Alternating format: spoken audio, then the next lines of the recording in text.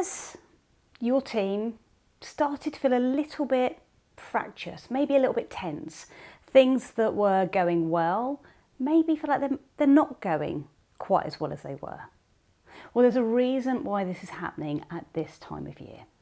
So we're past the autumn half term, and looking back at the first half term, things I hope were going really well. The team were getting on well, pupils were doing well, things were kind of going along nicely at the start of the year. But what can often happen when we reach this autumn half term and come back is that, well, things were going so well and now they're not. Maybe the team are pushing the boundaries slightly, asking things that they don't need to, or maybe just cutting the odd corner here and there, not with ill intent or malice, but just because that's kind of what happens at this time of year and as we get comfortable. Maybe behaviour in class has worsened, pockets of low-level disruption, or maybe a few pupils getting a little bit more wily in their behaviour perhaps. And maybe parents seem to be knocking on the school door and gate a bit more than they were, maybe being a bit more demanding than they had been. If this feels like how things are going for you in school, then a theory I'm going to share with you is going to help explain why and what you can do about it. The good news is this is perfectly normal. It's part of how we work in teams and in groups. And to help us understand that, I'm going to share Tuckman's theory of team development. You might be more familiar with this theory with the 4 words forming, storming, norming and performing. The school year is a fantastic example of Tuckman's theory at work. So let's go to September, and in September we've got our team coming back together after the summer break, maybe also some new members joining. In class we've got new pupils, new classes, and during this forming stage we're getting to understand each other and the goals of the space that we're in, whether that's a classroom or a school. It's a nice getting to know you phase. There can be lots of lovely conversations, between staff in the staff room with new colleagues. Oh, you live there. Oh, my mum lives down there. Or, oh, you've got 12 Persian cats. I've got 14. Whatever it is. It's a really nice getting to know you stage, also known as the honeymoon period. Because as we get to half term, what we can often feel is what we're talking about now.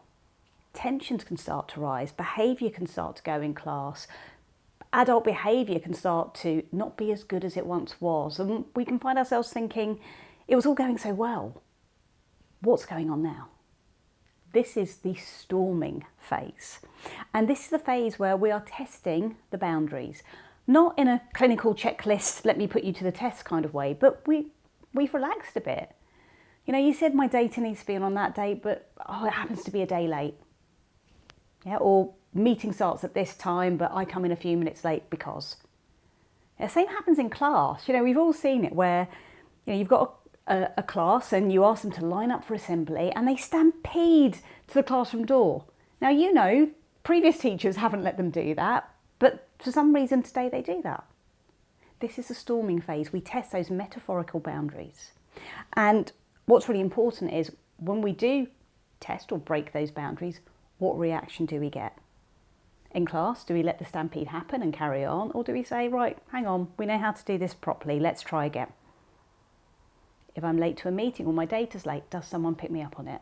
Yeah, maybe not publicly, because that's not nice, but afterwards, note it with me. So I know actually I do need to be on time and my data does need to be submitted on time. This is the storming stage, and typically we find it goes through this kind of month of November, kind of October, November time, and ends around about December because actually what we're doing in school changes and that kind of throws things up in the air. But then we go around to January, and in January what we find is we go into a phase which is called norming. So norming is where we've got all these boundaries in place, we understand the rules of play, or we might have set up some bad norms. A bad norm might be every time you give me feedback on my teaching, I cry. And if that becomes a norm, then it will continue until that norm is broken. So we have good helpful norms that help us work well, and we have unhelpful norms that hinder us. Let's fast forward to the summer term then. And whilst your entire school has been performing, delivering great results, in the most holistic way for all of your children, the summer term is where performing can get to another level.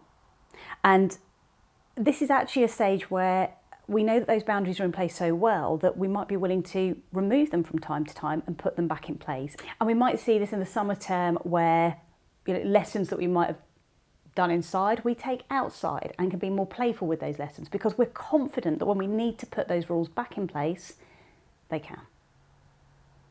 So I hope from that you can see what forming, storming, norming and performing looks like. This means that the phase you're in now is storming, and it's a really normal and yet incredibly important stage of that process. So what can you do about it? I would say embrace it. That doesn't mean having lots of arguments, but share with your team that this is very normal, that this is a time that we're going to understand boundaries, that we're going to test them without even realising that we're testing them because it's a normal stage of this process, and that we're going to make sure that those boundaries are correct. So we'll talk about when boundaries are overstepped and where they should be. Yeah, obviously find the language that works for you, but make it really explicit because you want to get to January and have those good norms in place that help you and your school do a great job for your children. You don't want to have those unhelpful norms in place. So share this theory, share this video with your team and understand that this is a really normal and healthy part of team development. And to get the most out of it, we need to talk about it and get good boundaries firmly in place. If we don't get the most out of it, then it's highly likely you'll have some unhelpful norms in place in January. And look, there might be some norms that are in place now that aren't helping you. This might open the door to you addressing them with those individuals or groups. Storming sounds like a really horrible name. We think of storms as, quite a negative way quite often, but actually in this context, they're a really important, healthy part of team growth. So see it as that, because after the rain, there is sunshine, and after the rain, there is growth. And that's what it's like for our teams as well.